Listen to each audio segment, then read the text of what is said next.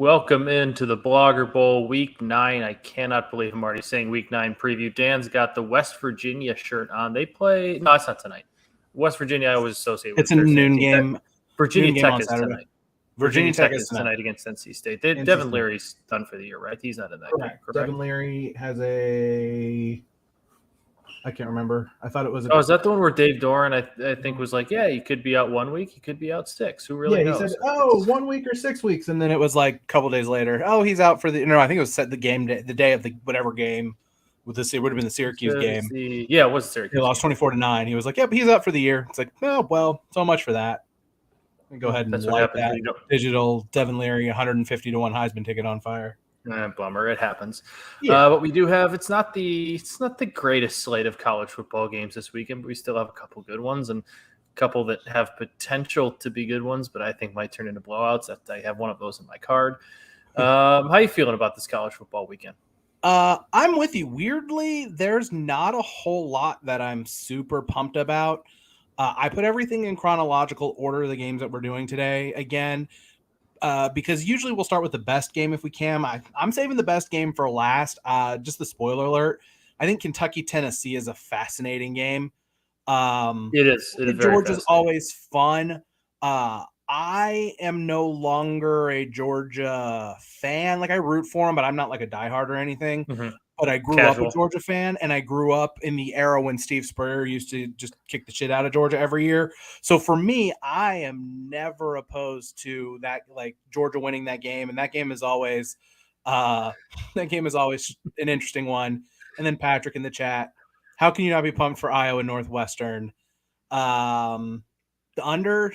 It's like 35 right now? I'm not sure Northwestern can get past midfield, on Iowa's defense. I'm really not. I think Northwestern's only chance at scoring is Iowa turning over the ball because that's what their offense likes to do. But the defense is so good. Northwestern's offense is so bad. I don't think they're going to score or get the ball anywhere close to it. And that should tell you what kind of week this is. The first game we talked about was Iowa Northwestern in a week like this. Just a little bit one of these. Everyone loves talking about Iowa football. Let's see. Scoring. Do they have scoring? Northwestern is the road. No, totals. Oh, yeah. You got to tell me this because I can't. I mean, I could go into an offshore and find it, but I don't get the Illinois lines. So here's the problem, okay? Wait, is it in Kinnick or? It is at Kinnick. Kinnick. What would you guess the Northwestern team total is? 9.5? 12.5. Okay. Now, what's the total? The total currently is still sitting at it's up to 37.5. I mean, I might need to Venmo Andy a certain amount of dollars to put on the under in that game since they can't bet on Northwestern in the state. Oh yeah, because he does that. He does that with me sometimes for certain markets, so I gotta go right back at him. I just my only problem is like betting that team total would be Iowa is so liable to turn the ball over in their own end that's how Northwestern gets there. So like. It's fun. It's a 37.5 total, but man, I don't know. I don't want nothing to do with that game. That game's at 3:30 on Saturday, which is awesome. How'd that get a 3:30 time slot? How is that not Beth Mowins at 11 a.m. on ESPN? It's got to either be an ABC game or an ESPN game, or it's got to be on Big Ten Network. Did they shuffle? Oh, maybe it is the Big Ten Network. Following the Big Ten kickoff. Michigan State's ABC prime time, I think. I think so. Yeah, I believe that's correct. Yeah, I think they're the night game. Schedule. Now I've got to look this up because now it's going to bother me if I don't know. 3:30. Illinois Nebraska gets the ABC spot. Where's Northwestern? Oh, it's an E2 game. ESPN2 has Northwestern and Iowa. That's a weird 3:30 start, but okay. That's strange. But there's I think the Big 12 has a lot of teams off this week potentially. Maybe I don't know. I have no idea. We're getting a bye week season. Nevertheless, we will start with our 4 big games of the week, and we start with Big Noon Saturday in Happy Valley. Number 2, Ohio State visiting number 13, Penn State. Ohio State, a 14.5-point favorite. The total is 60.5. You said you had one of the games on our slate here on your card. Is this that game? It is this game. I was so disappointed in Penn. Not that Penn State went to Michigan and got blown out, lost by by a few scores, but they didn't even look like competitive in doing it. Even the times they scored were more like it was big plays or weird turnovers. I was so incredibly disappointed by Penn State, and I know they're at home, but they don't have the whiteout atmosphere that I think has helped them compete with Ohio State in these games. I think they're doing a stripe out. I saw today. Okay, that's fantastic, and I'm sure that's going to be great at noon on a Saturday. But like Ohio State is just a lot. Ohio State's very good. Their defense has been shored up, and Michigan kind of bullied that front seven up front. I think Ohio State has a more talented front seven. They have a more talented defense. Oh, by the way, now they have one of the best defensive coordinators, if not the best defensive coordinator in the country.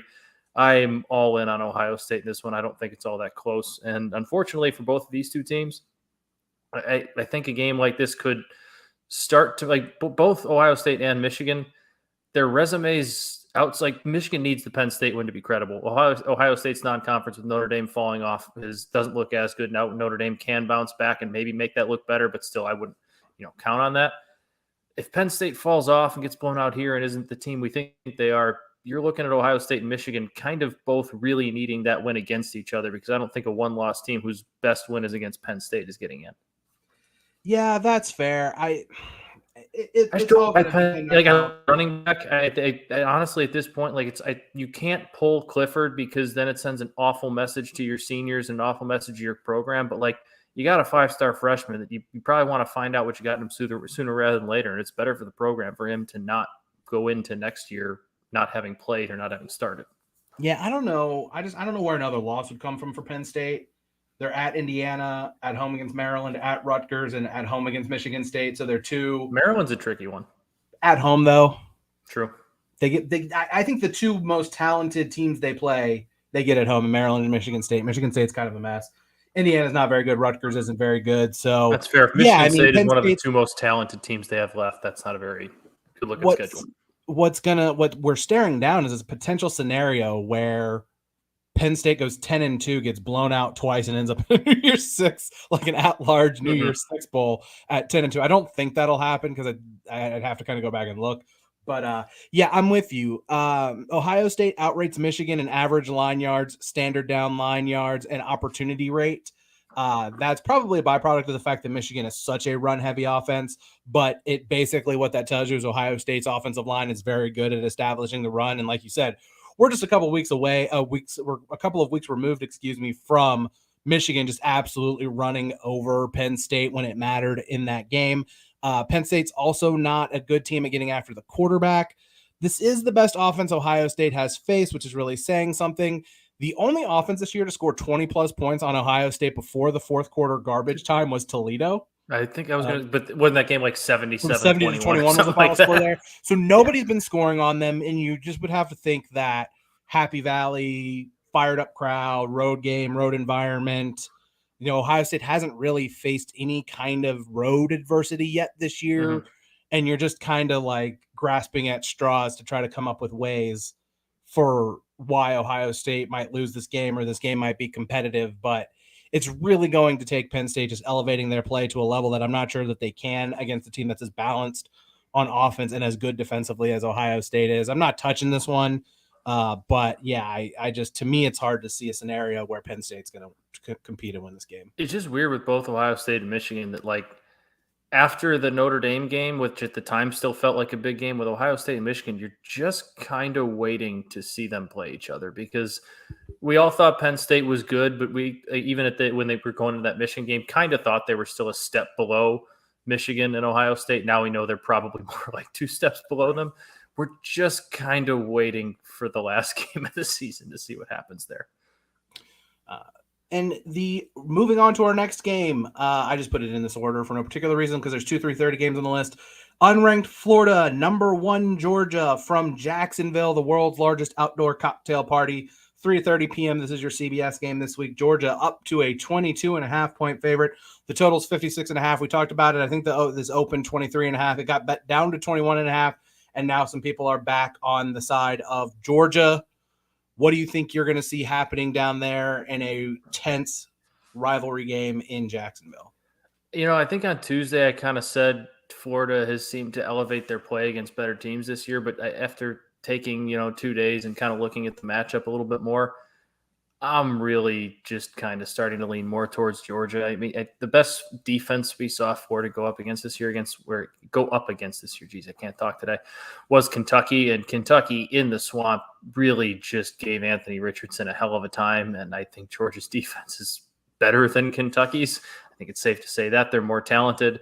I think Florida's going to have a hell of a time with Georgia's talent. I think 22 points is a lot, but I think this is a game that Georgia probably controls from start to finish. And maybe Anthony Richardson can do a couple things and cover that game late for Florida. But I think this is one that we're not really even thinking is all that close, even though the scoreboard might not necessarily be a massive blowout.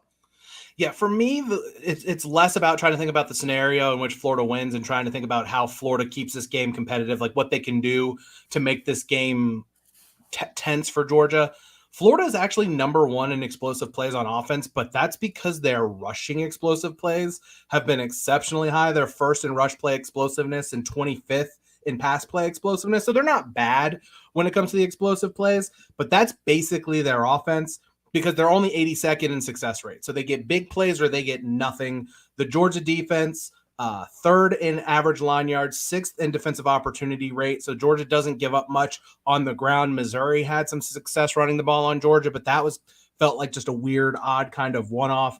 And Georgia is let me see, I have my notes here. 58th in defensive explosiveness. So they've given up some explosive plays, but they are 17th in rushing play explosiveness. So again, Georgia's secondary is questionable. We don't know how good that unit is yet. We haven't really seen anyone be able to test them throughout the course of the season yet. Oregon was able to move the ball a little bit on them. We know the Oregon offense is at least decent. They just kept shooting themselves in the foot with turnovers. And so Anthony Richardson trying to rush the ball doesn't really feel like, and Florida trying to run the ball doesn't really feel like it's going to be successful for them. Also, Florida's 119th in defensive success rate, and Georgia's third in offensive success rate. In quality possession ratio, which basically is how you control the game, Georgia is third. Florida's 110th. And then, I love my quality possession stat. Georgia, 69.5% of their drives are quality. Florida, 69.5% of the drives they allow are quality. So Georgia, they don't get the explosive plays. We've talked about that too. They don't really have a deep threat option. Brock Bowers is an alien. The other tight end whose name I'm blanking on right now is an absolute alien as well. Their running game is good. Stetson Bennett is good when he doesn't have to go out and try to throw the ball a ton. They're just going to go out and they're going to move the ball consistently on you, and they're going to find ways to score. It just kind of feels like Georgia is not going to be stopped by Florida consistently enough for Florida to have a chance. Florida's just going to have to throw haymakers and hope that they land. That's really what it kind of feels like. It's going to be a 40-20 time of possession type game in the favor of Georgia, and Florida's going to try and hit them with some quick strikes. Before we move on, we had a question in the chat from Don who asked about a game Louisiana Tech is getting versus Florida International. Louisiana Tech's a 6.5-point favorite there. Says he thinks Louisiana Tech is going to have a freshman quarterback starting. Any thoughts? This one actually almost ended up on my card. I don't think Louisiana Tech is very good. I know Florida International is not very good, but it's just such a bad sign for Will Healy. It was like the death knell or it's a bad sign for the Florida International program that when you get beaten so badly by them, your coach automatically gets fired, is what happened with the Charlotte game. These are two bad teams, and if the quarterback is an issue for Louisiana Tech, I'll take close to 6. And I'd probably rather get 7 if I could, just for safety's sake, but that one was really close to being on my card. I got to find my list. Yeah, two bad teams, freshman quarterback on the road, take the points. Yeah. The next one on our list, we are flying through this today. Number 9, Oklahoma State at number 22, Kansas State, 3:30 p.m. This is a Big 12 elimination game, just about. Kansas State, a 1.5-point favorite at home. The total, 56.5. And here's a fun thing for you. So Stats of War on Twitter, who's the advanced stat guy who I really like, one of them. He does his game previews every week, his charts. He has Oklahoma State by 0.3 of a point. Bill Connolly from ESPN has this game 28-28. So you're saying these teams are even? It's a pretty evenly matched game, obviously. Oklahoma State a little bit better. Oklahoma State a little bit better because it's 2.5 points for home field advantage thereabout. So they're about 1 point better on neutral. Neither one of those, however, accounts for injuries. And if Spencer Sanders is healthy, as good as Will Howard was against TCU before he got hurt, and he's expected to play on Saturday, you have to think that's an advantage for Oklahoma State in this situation. Both of these teams are banged up. Kansas State might be without 2 all-conference defensive players. Deuce Vaughn's been banged up pretty consistently the last couple of weeks, left briefly last week, but returned, and he says he's fine to play, but he's a diminutive guy, like a small guy who plays running back, and it counts for a ton of their offense. Yeah. I don't love the fact that he's banged up right now. Oklahoma State, though, also a ton of injuries, and we're able to overcome that against Texas. This will be on the small screen because of the Georgia game, but I'm excited to watch this one. Just kind of feels like another one of these Big 12 games that we don't really know what's going to happen, and there's probably going to be some twists and turns, and it'll probably come down to a possession late in the fourth quarter. Yeah, I still feel like this one kind of leans towards an over. While Texas wasn't able to always take advantage, Quinn Ewers, I should say, probably wasn't able to take advantage of a lot of opportunity that was presented to him against that Oklahoma State defense. Bijan Robinson was able to have a day, and I know he's the best running back in the country, but Texas was able to run the ball pretty effectively. And Spencer Sanders, even pretty banged up, was able to move the ball. I'm impressed by Kansas State, but with all the injury, I know both teams are injured. I think their injuries are a little bit more critical in this matter. I would lean Oklahoma State here, getting the points, especially. I know it's on the road, but they've been tested on the road so far this year now a couple times, beating a tough Baylor team, a very well-coached Baylor team, coming very close to beating TCU on the road with, losing in overtime with a banged-up quarterback. If Spencer Sanders is doing what he did last week, I think they should be okay, and I think they should survive this road test, but I'm very intrigued by this one because I just, like you said, who can survive the injuries that are kind of plaguing their team? I know everybody's banged up, but these two teams especially seem pretty darn banged up towards the end of the year. And like you said, Big 12 elimination game. So this one's a lot of fun to watch. I'm looking forward to it. Yeah, I have no idea what to expect. No idea. I think I'm going to – I might – if I take anything, it's an over and just watch and try and have some fun with it because it could be a really fun game. I was trying to look it up and I couldn't find anything. I feel like Gundy the last few years has been really good in close games. Couldn't find anything to support it. But that's just kind of my instinct there. But that's going to be a fascinating game. And then our last game of our big games on the list this week, I think this game is the best game of the week. I think this game is fascinating. It's a huge test for Tennessee before next week's even huger showdown with Georgia. Number 19, Kentucky heads to Knoxville to face number 3, Tennessee at 7 p.m. Tennessee down to 11.5. It was 12.5 yesterday, an 11.5 point favorite, 62.5 points. The total, they are your Vols. What are you expecting to see from your guys on Saturday? Happy they get this one at home. And did you see the Halloween uniforms, the all black ones? Mm-hmm. I don't always love like when Tennessee mixes things up, and like I know they wore the smoky ones against LSU, and like I get why they wear them, but I don't love them. I thought the black ones were really cool. I think awesome. I think they're going to look really cool at night. I think the best thing that they've done, because I just love the light blue shade, is last week against UT Martin. They had they call it the Summit Blue, like the color I think closely associated with the Tennessee women's basketball team. Yeah, the Lady Vol. I think the Lady Vol blue is in blue. Yeah, they just call it Summit Blue after Pat Summitt. I kind of wish they had gone all in because they were wearing like armbands and like sleeves and whatever. Kind of wish they had like accented the numbers or done like the stripes on the pants. Would have been cool. When I think of teams wearing black uniforms, I always think of Georgia wearing the all black against Alabama and then just getting the shit kicked out of them. That was different. That was against Alabama. I know. It's just when it's not one of your primary colors and you wear it, it always worries me because Georgia also wore those in the Sugar Bowl in 2007 against Hawaii and destroyed them. And they lost. Yeah. It's fine. Or they destroyed them. I'm sorry. That's where my mind goes at least when you say, "Oh, they're wearing alternate uniforms that are all black." I'm like, "Ooh, I don't want to touch that." Anyway, the game itself. I like Tennessee in this spot because I know they didn't technically have a bye last week, but last week was really more based on it, prepping for this game. I'm sure they did some walkthroughs and stuff prepping for UT Martin, but that's not a game they were worried about or really thinking all that much about. Similar when we saw what they did coming off a bye, having Alabama, and they looked really good in that. I think this is a great spot for them, especially getting it home, especially having it at night. I think Kentucky's a good team. I think they play really good. They play good defense. They're really well coached under Mark Stoops. But I think this Tennessee offense, especially at home with that crowd behind them in that atmosphere, I think this is a game that they're going to score because they can score on just about anybody. We saw them do that against Alabama. And once they get going, I'm not sure Kentucky can keep up with the track meet that Tennessee is going to want to play and probably be able to play.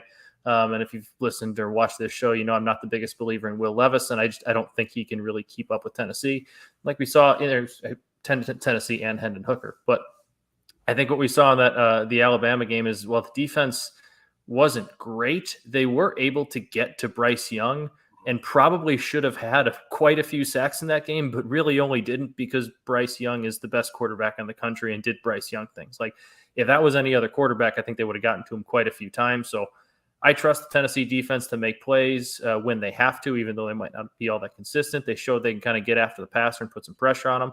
And I think they have the playmaker advantage. I think they're going to – it might be a closer one at the start, but I think the offense is going to be able to put up too many points that Kentucky can't keep up. So you talked about the tempo that Tennessee plays at. This game's a fascinating matchup. Most everyone will tell you that Tennessee, however they do their tempo metric, has Tennessee as a top 5 team in the country in tempo. And just about everyone will tell you that Kentucky ranks dead last in tempo. They want to slow they run the fewest plays per minute in college football, and Tennessee I think is either 5th or 3rd in that metric. So you're going to have one team that's going to want to slow it down. You're going to have one team that's going to want to play fast, but it's strength on strength, really. The Kentucky defense is 10th in standard down success rate, but they're near the bottom of the country in standard down explosiveness. So what they have to do is they have to keep Hendon Hooker at bay. Bill Connolly put this out. Tennessee averages 42.6 rush yards per game on scrambles, which is 5th in FBS. Florida ranks 3rd in that stat, but they only had 4 against Kentucky. So Kentucky did a good job of keeping Anthony Richardson in front of them. And then remember, that was early on in the year, second game of the season. So if they can keep Hendon Hooker in front of them, that's going to be their best bet to slow down that Tennessee offense. Last year, the game was different. Obviously, Tennessee was 4-4. They just lost consecutive games, but their passing EPA per play in that game was 0.56, but they had 5 explosive plays. And if you took those away, it was negative 0.32. So again, Tennessee got chunk plays on offense and got enough stops on defense, a pick 6, 3 turnovers on downs to win it. On the flip side of the ball, with Chris Rodriguez back, remember he was suspended for the first few games of the season for Kentucky. With him back in the mix, they've run the ball a lot more. They've been a run-heavy team, and they run the ball a lot on early downs. And some of that has been also the fact that Will Levis, was banged up. He missed the South Carolina game. They've been working him back. Tennessee's defense is not very good. I don't think their defense is good. At least their pass defense is pretty mediocre. And like Alabama found a ton of success, and Florida found a ton of success. But Tennessee's run defense has actually been really good this year. 7th in EPA per rush defense, 18th in rush defensive success rate, and 4th in opportunity rate. So my question is, are they a really good run defense, or have teams just been able to throw the ball so much that it hasn't really mattered a ton? Kentucky's going to probably seem like they want to try to slow this game down and run the ball and keep Tennessee's offense off the field, but Tennessee's offense doesn't need time of possession to their defense isn't. I lost my train of thought because I was just looking at the chat.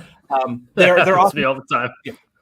Their offense doesn't need the ball to a ton to score. I think Kentucky had the ball for over 40 minutes against them last year. It didn't matter even a little bit. So this is going to be about, to me, everyone wants to make Will Levis a first-round draft pick. It's Stroud and Young at the top, and then Will Levis is QB3 in everyone's mind. And I don't get it. I'm not going to sit here and say that I have an opinion one way or another because I'm always wrong about these things. But if he is that dude, you kind of want to see him do that with a receiver group that's at least better than what Florida had.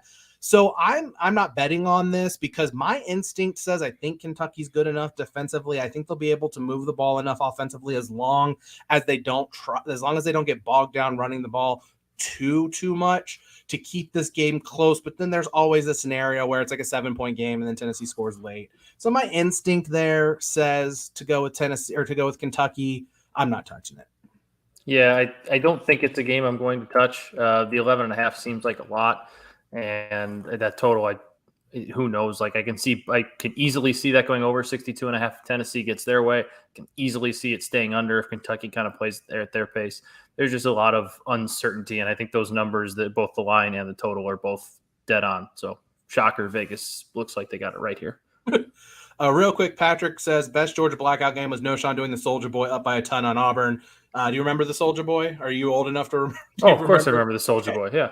I don't remember this exact moment, but of course I remember the Soldier Boy. And I only show that comment because if I'm not mistaken, I believe today is the 15-year anniversary of Georgia celebrating the touchdown against Florida by having the entire team run onto the field in the first quarter against Florida. The funniest thing I've ever seen in a college football game.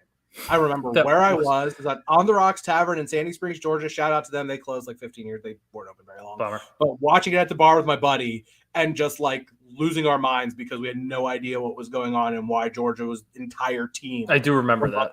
If you have never seen that, if you're watching this and you've never seen that, it is legitimately one of the funniest things that has ever happened in the history of college football. So that's it. That's why we love college football. That's why we love it. That's why you got to love it. Mark Richt did it, and then Urban did something to run up the score. Patrick says it's his favorite Mark Richt moment ever. I mean, there can't really be that many. Yeah, that Sugar Bowl against Hawaii was great. Head coach. He was. I think Miami would probably be perfectly okay with the stability of the Mark Richt. I think Miami would kill to go back to Mark Richt right now. Yeah, if his health were to hold up. As far as our off the radar games are concerned, I don't know what yours is. I think I forgot to tell. We're waiting to see if Phil was going to make the show today. Unfortunately, couldn't make it because of work. We're cautiously optimistic we're going to get Phil back next week on Thursday, but we will cross that bridge when we come to it. Notre Dame is one of them, but I have them on my card, so I wanted to go to TCU West Virginia. Yeah. Is that yours too? No, I'm doing another. Okay, good. Well, I know you have your shirt on. You have the shirt on, but I just want to make sure I didn't forget what yours was. I'm just very intrigued by this kind of being a little bit of a trap spot for TCU in a Big 12 schedule that, like we've talked about, not really that top tier elite looking team, but a whole bunch of really good football teams in that conference.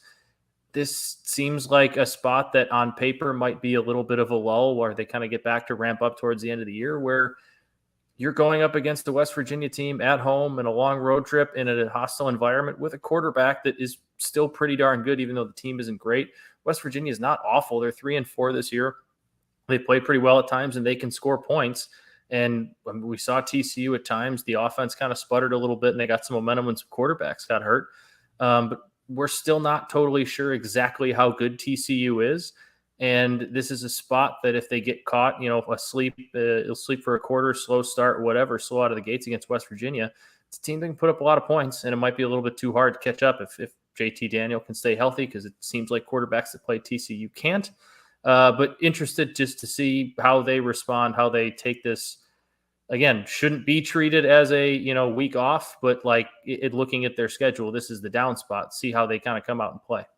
Yeah, long road trip. It is an early kick, right? It's a noon game. I believe it's a noon kick, yeah. Noon game on ESPN. Early kick, West Virginia. I'm going to vamp for a second because one of the things that I talked about this a couple weeks ago, and I hate scenario season. I will completely dump on it every time we do it. But everyone is enamored with the idea of Tennessee beating Georgia beating Tennessee, and then Alabama beating Georgia, and 3-1 loss to SEC teams making the playoff with Ohio State. And I had joked that wouldn't it be funny if Bo Nix was the reason why, if he did something to eliminate someone from playoff contention for Oregon. Now it kind of looks like Bo Nix might be playing Oregon into the conversation, which is neither here nor there. So I guess my way of saying all of this is, what if now JT Daniels, former SEC quarterback and national champion, mind you, champion JT Daniels, was someone who knocked the Big 12 out of the playoff conversation. The one thing I'm just vamping for, because I'm trying to find weather not going to be a factor. 59 degrees and sunny and low wind. I was hoping maybe some rain, a little nastiness in Morgantown on Saturday. I think this one's ripe for an over 68.5. I love Big 12 overs. You do. You're a big 12 over guy, and I can't. Pac-12 after dark over. Pac-12 after dark, also a good one. So it's an interesting spot. I don't know. We'll see. It kind of feels like the kind of game where Neil Brown might be able to save his job if they can pull off the win there. But we shall see. I'm also staying in the Big 12 for my interesting game of the week, because it is Baylor University, BU, versus Texas Tech, TT. That's right, folks. It's the Butt Bowl. And not just because I think it's funny. I'm just kind of enamored with what Joey McGuire does at Texas Tech. So if you don't know who Joey McGuire was, He was a high school coach in Texas, coached at Cedar Hill High School, which was a program with no real high school football tradition whatsoever. He took over, won 3 state championships, played for another. He got hired by Matt Rhule when Matt Rhule took over the job at Baylor, because Matt Rhule had no connections to the state of Texas and was like, I'm going to go out and hire a really good high school coach in Texas to be on my staff, which was really smart. And he was kind of the guy who was in charge of their recruiting for a good bit at Baylor. Dave Aranda was smart enough to keep him around when Matt Rhule left to go to the NFL. Texas Tech fires Matt Wells. They bring in Joey McGuire, who poaches Zach Kittley away from Western Kentucky. Zach Kittley, the offensive coordinator, he's a Texas Tech grad. And this is just a team that just does not give a fuck, and I love it. There's the obvious answer is they are number one, but just a fun little trivia question. Do you know what team in college football has attempted the second most fourth downs this season? It is a group of 5 team. I will leave it at that. It is a program tangentially related to our company universe. Our company universe. Yeah. Central Michigan? Central Michigan has attempted 29 fourth downs. Texas Tech has gone for 32 and converted 20 of them. How many is Central Michigan converted? 16. They're 16 of 29, which is not bad. Reed. Not bad. Texas Tech 20 of 32. Baylor, for what it's worth, by the way, 16 of 23 on fourth down. So these are 2 teams that go for fourth downs a bunch, but they're basically just going for fourth downs whenever they can go for fourth downs, and it's great. Like, why not? Like, what do you have to lose? They did it. That's how they beat Texas. They did that against Oklahoma State. They might have won that game if they weren't down to, if they're basically their option was an injured quarterback who they weren't comfortable enough starting, or a third string quarterback who had hurt his leg and couldn't even walk. They might have won that game. So my thing is this, right? When you think of Texas Tech football, who do you think of? I think of Michael Crabtree. And you think of Mike Leach, probably, right? You think of like Michael Crabtree. If you're a little bit older, BJ Simmons, Sonny Cumbie, all of those guys. You think of Texas Tech throwing the ball around the field all day, every day. And when Mike Leach left, and then they had everything going on after that, and then Kingsbury left, they fired Kingsbury. Then they hired Matt Wells, and Matt Wells committed like the biggest sin that you can commit in college football, because obviously the best thing to be in college football is good. Like, you want to be good, but if you're not going to be good, the next best thing to be in college football is fun. And Texas Tech football was always fun to watch under Mike Leach and under Kingsbury, and they should have been better under Kingsbury with Patrick Mahomes. But nevertheless, Matt Wells made them boring. And so they went and they got rid of him, and now they bring in Joey McGuire, who brings along a really good up-tempo, fast, high, throwing, passing offense inside of Matt Kittley. And so they're back to being fun. And, you look at West Virginia, they were kind of the same thing under Dana Holgorsen, and now Neil Brown. They've been kind of bad and boring too. So, like, just be fun, commit to who you are. This is another game where I don't have the betting line in front of me right now. Another one where an over is possible. This is a game where we might see 5 quarterbacks play. Tyler Shuck got hurt, I think, in the season opener. He's finally potentially cleared to play, so they might play 3. Baylor might play 2 quarterbacks. So we're going to see potentially 5 quarterbacks in an old-fashioned big. This game just seems like chaos, which sounds absolutely awesome. So, like, why not? Whatever the over is, I advocate for. It's not on my card, but I advocate for the over. Games like this are why we love college football. Exactly. Now I didn't even write down what time that game was, but I've got the odds. Now I got to go back here. And so we're going to pretend that I am this terrible television. While you're looking up that, thanks for filling in for me on Tuesday. Win by Power. Just decided to go at the end of the show. So, like, I'm sitting here, I'm reading off the list of games, our games of the week, and, like, Matt just freezes, and I'm like, what's going on? Like, as his internet, because, like, if I'm being honest, dude, like, your internet's kind of crappy. Like, I mean, there are some times where I have some internet issues. Your internet kind of jitters and stutters, and I can't understand what you're saying for a second. I figured that's what happened, and then I just look up, and you are frozen. Yeah, gone. And then you're gone. And the thing is like, so I have a chair over here to my right, your left, and I keep my phone on the chair. But I keep it there because that way, if I don't keep it on my desk, so that way it's not making noise if someone texts me, if it's not like vibrating or whatever and bothering me. So I put it over there so that way I'm not bothered by my phone. So I didn't realize that Mac texted me to tell me that his power had gone out. And so I was like, oh, so I'm just in there reading and stuttering and stumbling, trying to figure out what to do. So yeah, had to vamp for a couple of minutes, kind of wrapped it pretty quick there, but appreciate it.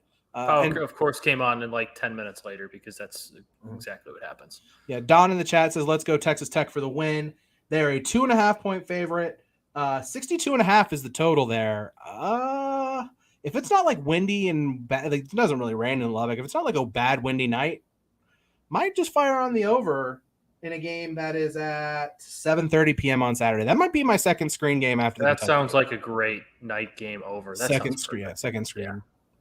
All right. So there you have it. That's our off the radar games. We will wrap this up with our bets. Did Phil send you anything? Phil, I don't think he sent anything in the DM. So Phil hasn't sent us anything. So I will let you go first. That's okay. Phil's got a big boy job. He's actually required to do very important things throughout the day. Right, yeah, and he's got a kid. Like, you and I are just kind of like, we're going to take an hour every week, twice a week, to go talk about college football because that's what we can do. So, and Don, I don't know if you missed it, but we did go over your game after the after the first game, after Ohio State, Penn State. We talked a little bit about FIU, Louisiana Tech. Both of us are on FIU with getting the 6 points at home. I think we both don't think either team is all that spectacular, and Louisiana State starting a freshman quarterback on the road, that's kind of a tricky spot. So if you're going to give me 6.5 points with a home team, I'm going to think Dan came consensus too, right? Yeah, I would probably go with FIU if I was going to bet it. Like I said, almost put it on the card. Didn't end up doing it. So go Panthers. Go Panthers, FIU. Right? Yeah. And we'll see what happens there. How many games do you have on your card this week? I think it's like 5 or 6, lighter, but I'm trying to open it back up. I can start that if you want me to. Where are we here? I'm going with Oklahoma -1, 1.5, on the road at Iowa State. We've talked about Matt Campbell's struggles it's not on the road in these close games where the spreads are 3.5. And I think Oklahoma might have found something, a little bit more swagger, a little bit more confidence with Dylan Gabriel getting back, and that offense looked really good. If they're playing like they did against Kansas, I don't think that Iowa State's going to be able to keep up with them. Taking the under in Notre Dame Syracuse, I think you got two teams here that are really going to try and run the football because that's what both of them do well, and that's what they both try to do most of the year.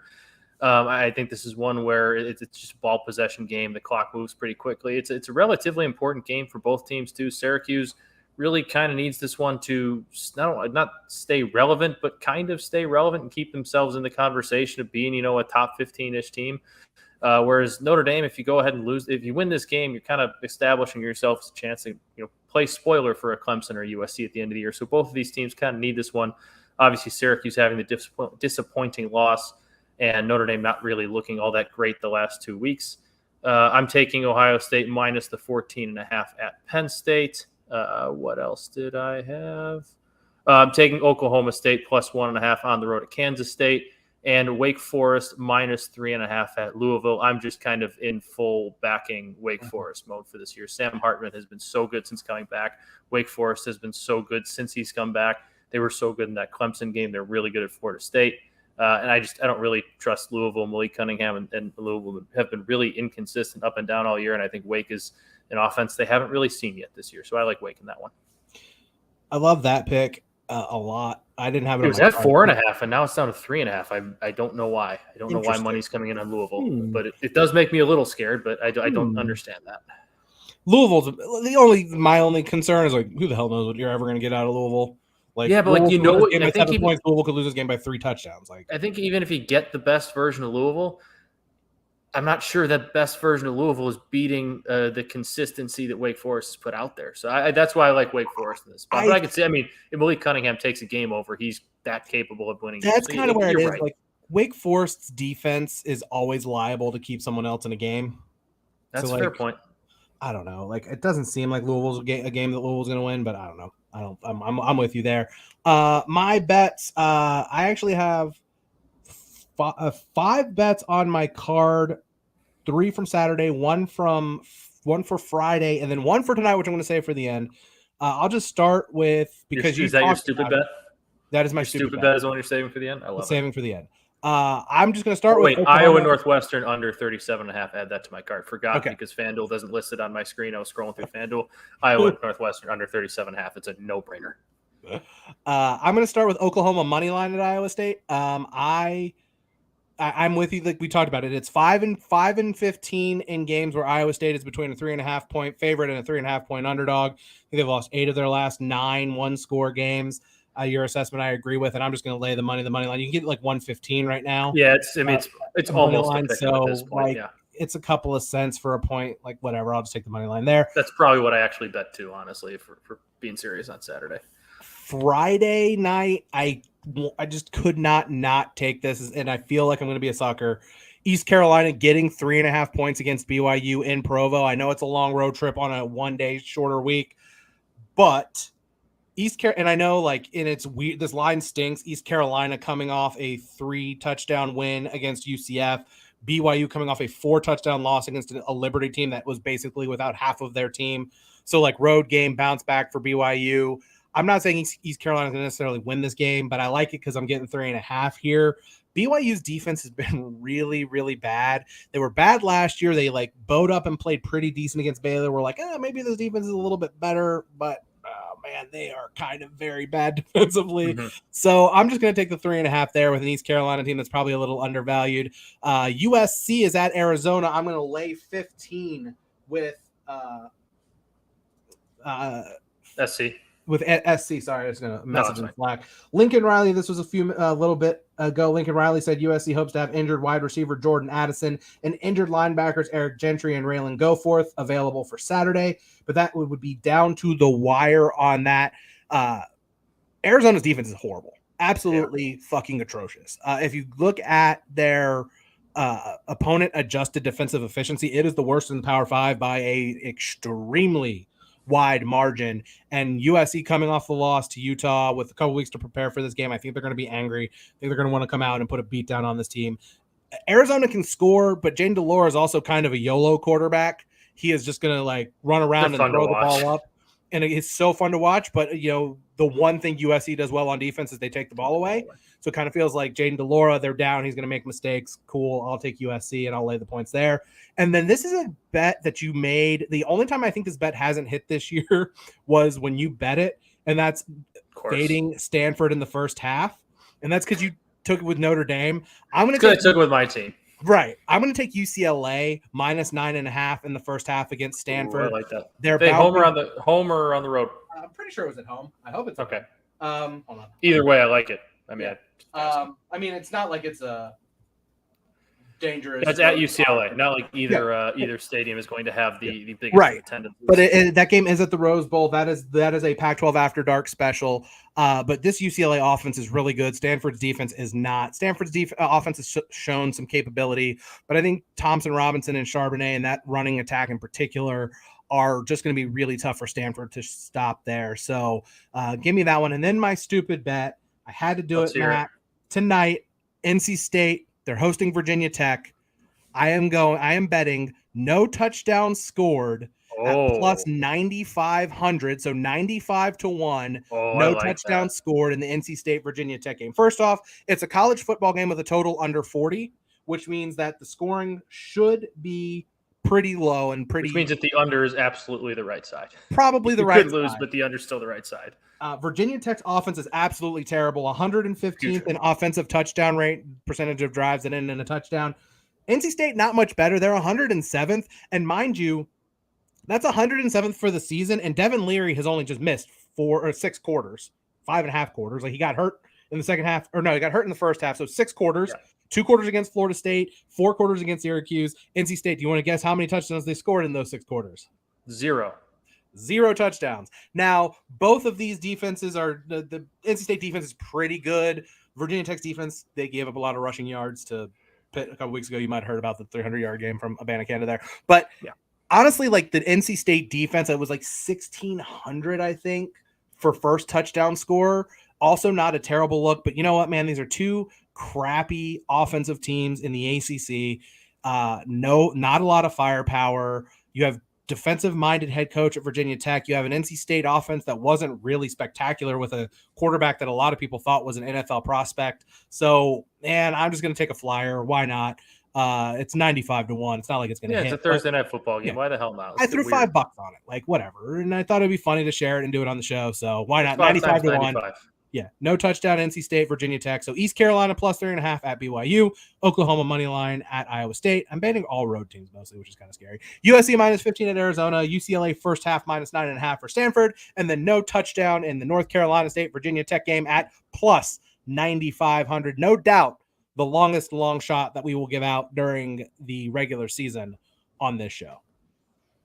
If that hits, you can bet your ass I'm clipping it and sending it out to social first thing tomorrow morning, and we'll have a TikTok. We'll have it all. Buddy, if there's no touchdown scored in this game, I'm going to be insufferable. My Twitter feed, everything. I might just hop in a StreamYard room and go live on the BetSperts Twitter account and take my shirt off and spin it around my head. If that happens, Dan will go live on the Blogger Bowl by himself tonight. Do some solo radio going over his. I will pour a cocktail and just salute. There's no way it's gonna happen. I just thought it was a funny bet, and it could. Good. Very unlikely. I mean, it's 95-1 for a reason. It's not like it's what we should do? Parlay no touchdown scored in that game in Iowa Northwestern.